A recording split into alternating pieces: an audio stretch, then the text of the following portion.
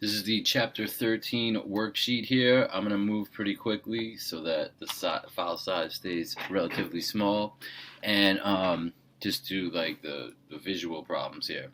So what is the difference in structure between a primary, secondary, and tertiary alcohol?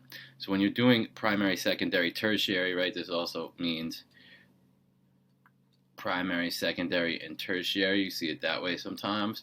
You look at the carbon that's bonded to the OH. So this is what we're looking at right here. How many carbons is that bonded to?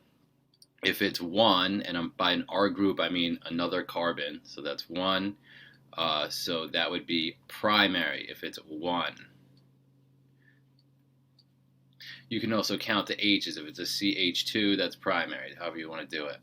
If your carbon here has two different, or two the same, whatever, carbons here, R stands for carbon and whatever, and your OH is there, so it's a CH in the middle, that's a secondary alcohol. And then if they were all three, that would be a tertiary alcohol. Which of the following here are secondary alcohols? So here's how the problem works. Here's my OH, this is the carbon. So this carbon is bonded to two other carbons. You don't see the other H there, but that's there. So this is a secondary alcohol. This one, the carbon in the middle here, is bonded to 1, 2, 3. So this is a tertiary. Here, all right, we have our O bonded to this carbon. So that's 1, 2, 3, tertiary. And this carbon here is bonded to 1, 2 other carbons. So this is also a secondary alcohol.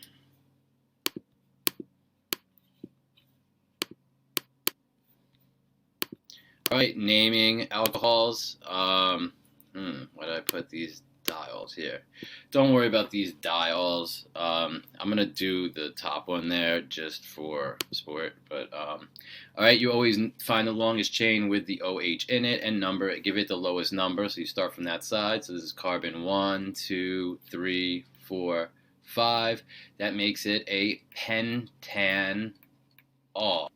And the OH is on the one, so it's one pentanol. We don't need anything else there. All right, down here, again, same premise. 1, 2, 3, 4. I could have put the 4 on either of the carbons there, but that gives me a butanol. The OH is on the 1, so it's a 1-butanol is my parent name, and then I have my methyl group on the 3, so it is 3-methyl, 1-butanol. All right, these are isomers. They would have the same formula. All right, I just took this carbon off of number 5 here and put it on the 3rd position. So those are actually constitutional isomers. Again, we're not going to get into this, but a diol has 2 alcohols on it, so it'd be 1, 2, 3. I could number it either way. All right, so this makes it a propane diol, and it's a 1, 3. I really just did that for numbering practices. Do not worry about that. Here, let's also just cut to the chase. We're not doing diols or propylene glycol. Isopropyl alcohol, isopropyl. So that's propyl, and then this is isopropyl, right? It's stuck in the middle. So your OH is in the middle, also known as 2-propanol. 5-methyl 2-hexanol, hex 6, so that's 2, 3, 4, 5, 6. And then 1, 2 is where my OH is. It's a 2-hexanol, 3, 4, 5, 5-methyl. Explain in terms of non-covalent interactions why the low molecular weight alcohols are soluble in water, but low molecular weight alkanes are not. And that's simply because of hydrogen bonding, right? If you have we'll just do ethanol, CH3, CH2OH, right? This can hydrogen bond and it's polar. So that makes it very water soluble. For the similar molecular weight here, you would do propane. They're pretty close. All right, and this is totally non-polar, so it's not water soluble. That's the real difference there. Why does the water solubility of low molecular weights alcohols decrease as molecular weight increases? All right, I'm going to draw some line structures here, but the low molecular weight alcohols are very soluble in water, and that's because, let's say if I have propanol, right, we have this polar end, and then this part with the carbons is really non-polar. And when you only have a low number of carbons, then the polar outweighs the nonpolar.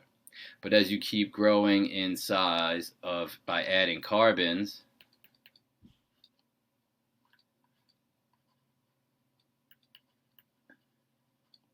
the nonpolar starts to win out, and it becomes less or not soluble once you reach a number of carbons. You don't need to know that exact number, but that's what happens. All right, from each pair, select the compound is more soluble in water. So we're always looking for polar here. And remember, carboxylic acids will be the most soluble. We're not really looking at those here. Then your alcohols, amines, then aldehyde ketones, ethers, and then alkanes are the least soluble. So this right here is an ether. So that's, you should be able to recognize. This is an alcohol.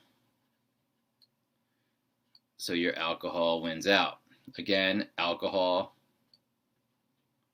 Here's an alkene. Alkenes are nonpolar, so this is going to be more water soluble.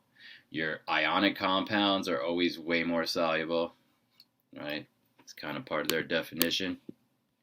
And here we have an alcohol versus a ketone. And while the ketone will have some solubility, the alcohol can hydrogen bond. It's going to be more soluble. All right. Let's skip that for now. Write the equations for, so you're not going to have to write out any equations, but you will have to recognize like what happens in these. For 1-butanol with these reagents. So if I said, hey, here's the 1-butanol, and we're adding sulfuric acid to it, you should know what you're going to get.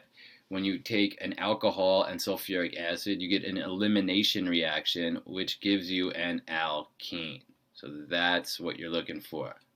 So it's all multiple choice. You should be able to recognize that.